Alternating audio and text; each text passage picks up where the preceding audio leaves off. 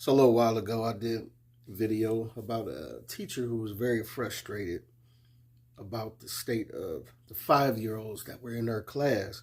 You know, they were asking to hear Pound Town and Ski Eat, and they were twerking in class and all this stuff, right? So Sexy Red has responded to this teacher by saying this. She says, go play Pound Town and Ski Eat and shut the F up.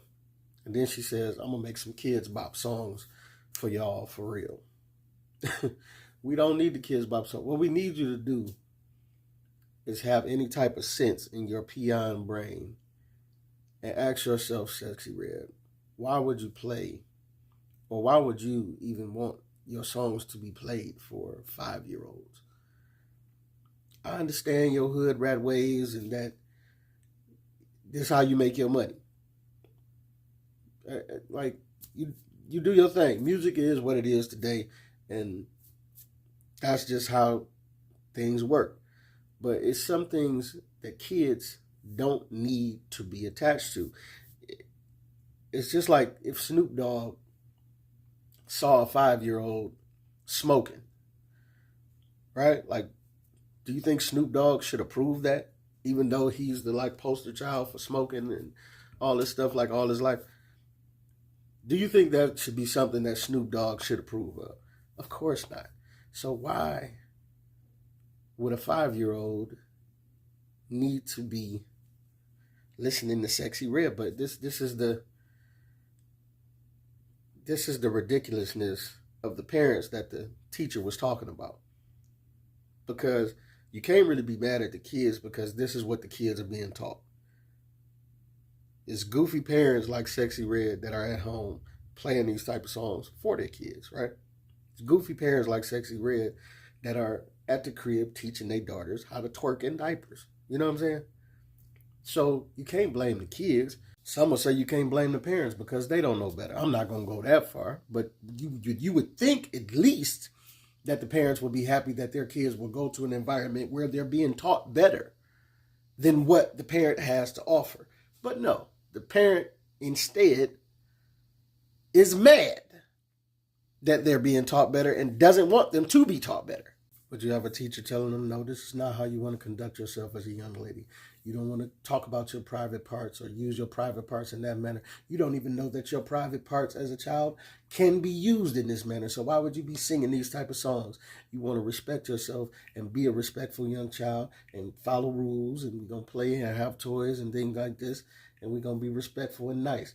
But the problem is you have those same goofy parents that will show up at the end of the day and have a meeting with the teacher, and the teacher is like, well, your daughter don't want to listen, and she don't want to do this, and they twerking in class, and they asking to listen to Sexy Red, and then you'll have a parent going off on the teacher, defending it.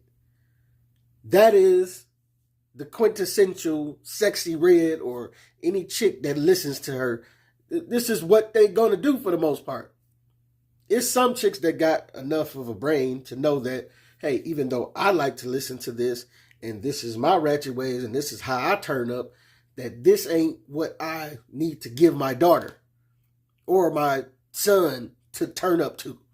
You understand? There's plenty of other songs and stuff that these kids need to be learning. Baby Shark, cartoons, whatever. And you got to be careful with the cartoons these days, because they sneaking a lot of stuff into the cartoons. But I'm just saying, any rational parent with any type of sense would know that this is not what you want to be having your kids turning it up to.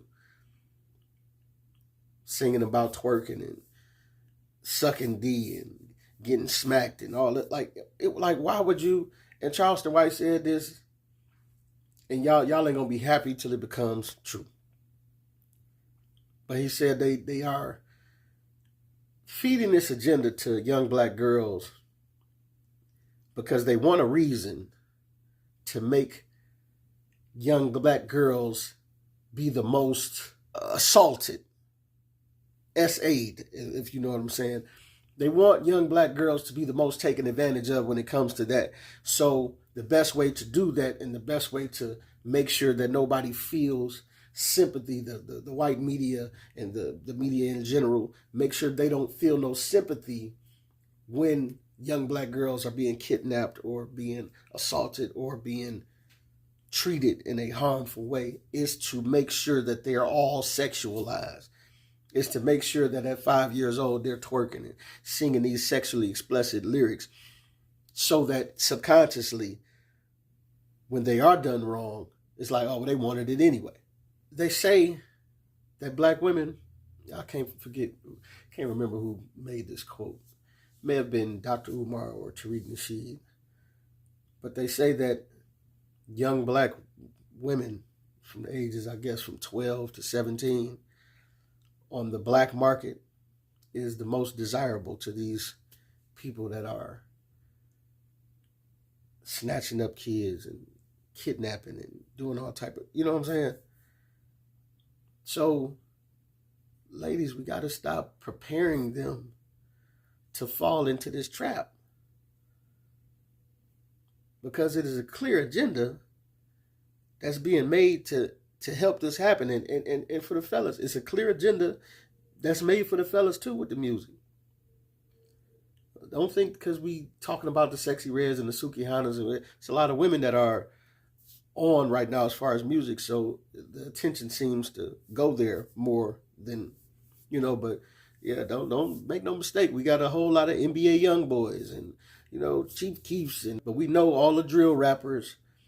I can't quote them right now. Lil Uzi Vert, you know what I'm saying? All these rappers that are constantly promoting the ignorant, shoot them in your face music.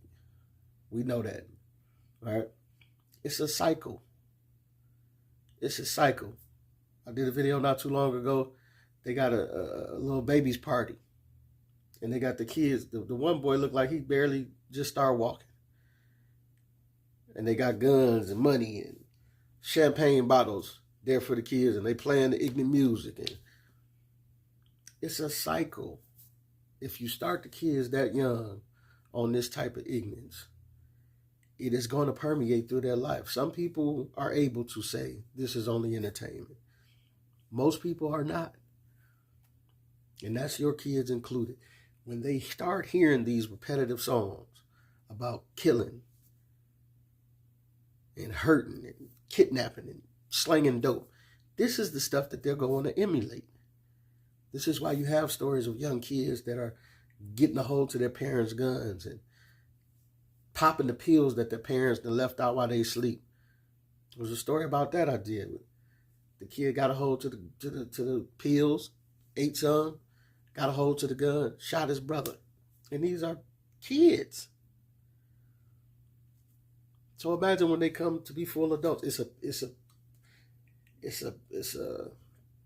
a cycle that is meant to land them right in jail. Because jail is what? Jail is for profit.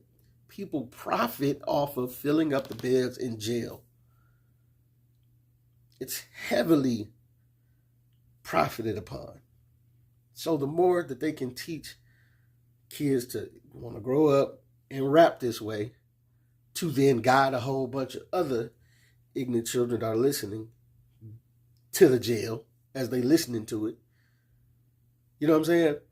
It's set up for people to do the same thing. You're either going to rap this way to get a whole bunch of people to go there, or you're going to be a consumer of it that listens to it and this, that, and other, and you're going to go there, or you're going to be both.